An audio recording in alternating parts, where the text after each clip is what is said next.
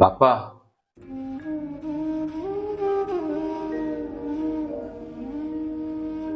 ଆଜି ବର୍ଷା ପଡୁନାହିଁ, କିନ୍ତୁ ମୋ ହୃଦୟ ଭିତରେ ବର୍ଷା ଆଜି ପର୍ଯ୍ୟନ୍ତ ଛାଡ଼ି ନାହିଁ।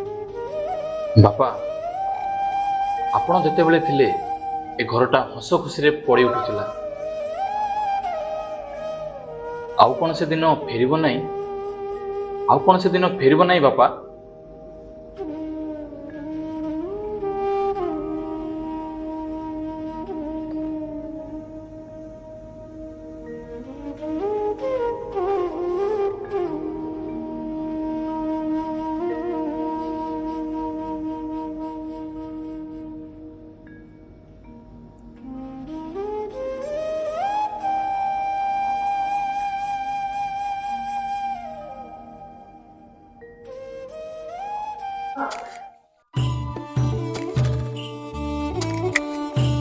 ବାପା ଆମେ କେତେବେଳେ ଘରକୁ ଯିବା? ଯିବା ଜଗା, ଆଉ କିଛି ସମୟ ପରେ ଯିବା। ଏତିକି କାମ ସାରିବା ପରେ ଆମ ଘରକୁ ଚାଲି ଯିବା।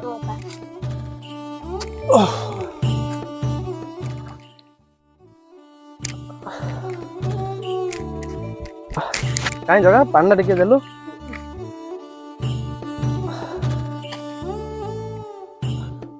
ଜଗନ୍ନାଥ, ଏଠି ବସ ବାପ, ବସ। ଗୋଟେ କଥା କହିବି, ରଖିବୁ ବାପ ତୁ। ଜୀବନରେ ସବୁବେଳେ ସତ୍ ପଥରେ ଚାଲିବୁ, କେବେ କାହାର ଅନିଷ୍ଟ ଚାହିଁବୁ ନାହିଁ। ତୁ ଯଦି ଠିକ ଅଛୁ, ଲୋକମାନଙ୍କର ଭଲ ଚାହିଁବୁ, ତାହେଲେ ଭଗବାନ ତତେ ଆଶୀର୍ବାଦ ଦେବେ। ହଁ ବାପା, ମୁଁ ତମ କଥା ମନେ ରଖିବି। ମୁଁ କେବେ ବି କାହାର ଅନିଷ୍ଟ କରିବି ନାହିଁ। ହଁ ଜଗା, ମୋର ତୋ ଉପରେ ବିଶ୍ୱାସ ଅଛି। ବଡ଼ ହେଲେ ବି ସବୁବେଳେ ଜୀବନରେ ସତ୍ ପଥରେ ହିଁ ଚାଲିବୁ, ଠିକ ରାସ୍ତାରେ ହିଁ ଚାଲିବୁ। ହଁ ବାପା। ଜଗା, ଏଥର ଘରକୁ ଯିବା, ଚାଲ। ଚାଲ।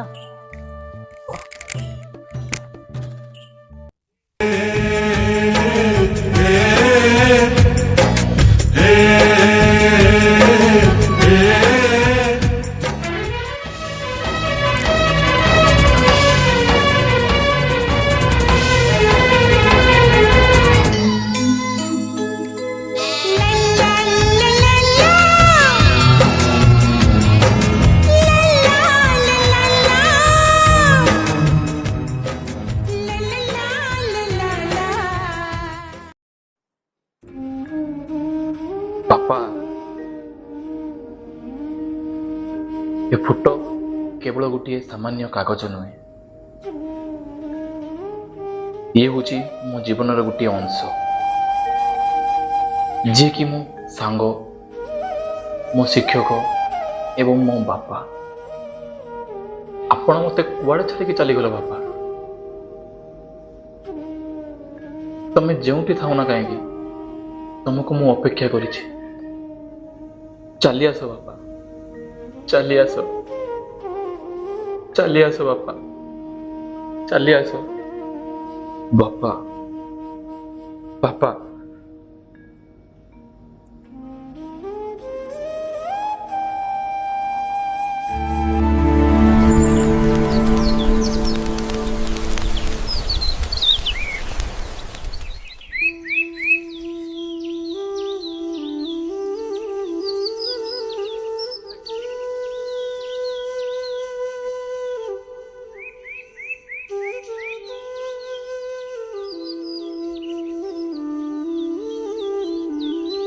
ବାପା,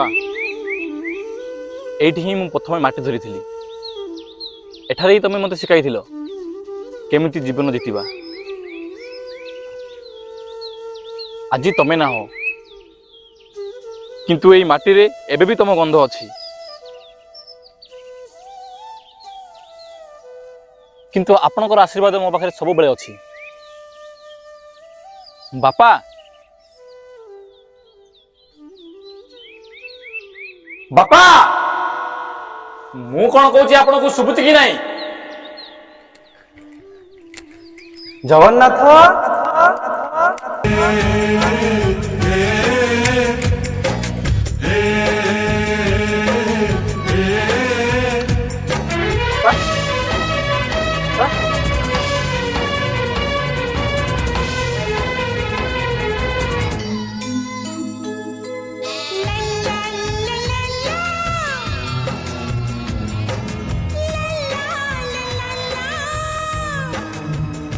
ବାପା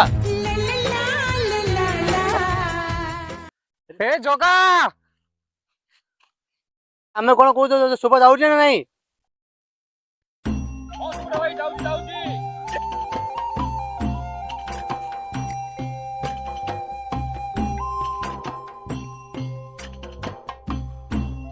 ତୁ ଏଠି କଣ କରୁଛୁ? ଯାହା ହବାର ଥିଲା ତା ତ ହେଇଗଲାଣି, ତୁ ଏମିତି ଭାଙ୍ଗି ପଡିଲେ କେମିତି ହବ? ଜଗା, ତୋ ବାପାଙ୍କର ପୁରା ଇଚ୍ଛା ଥିଲା ତୁ ସବୁବେଳେ ଖୁସିରେ ରହିବୁ, ଆଉ ତୁ ଏମିତି ଭାଙ୍ଗି ପଡିଲେ କେମିତି ହବ? ବାପା, ତମେ ଥିଲେ ଘୁଞ୍ଚି ଯାଇ ସବୁତକ ଅଭାବ। ବାପା, ତୁମ କାନ୍ଧରେ ବସି ତୁଳି ହୁଏ ଦୂର ଆକାଶ। ବାପା, ପୁଅ କେମିତି କହିବା ଆଗରୁ ଜାଣି ପକାଅ ସରିଯାଇଛି ମୋର ରଫ୍ ଖାତା କାଗଜ, ଛିଣ୍ଡି ଗଲାଣି ଜୋତା, ଆଗକୁ ଦରକାର ଅଛି ସ୍କୁଲ ପୋଷାକ। ବାପା, ଆପଣଙ୍କ ଯୋଗୁଁ ମୁଁ ଚାଲିବା ଶିଖିଛି, ଆପଣଙ୍କ ଯୋଗୁଁ ମୁଁ ସଂସାର ଦେଖିଛି। ମୋ ଶେଷ ନିଶ୍ୱାସ ଥିବା ଯାଏଁ ମୁଁ ଝୁରୁଥିବି ଆପଣଙ୍କୁ। ବାପା।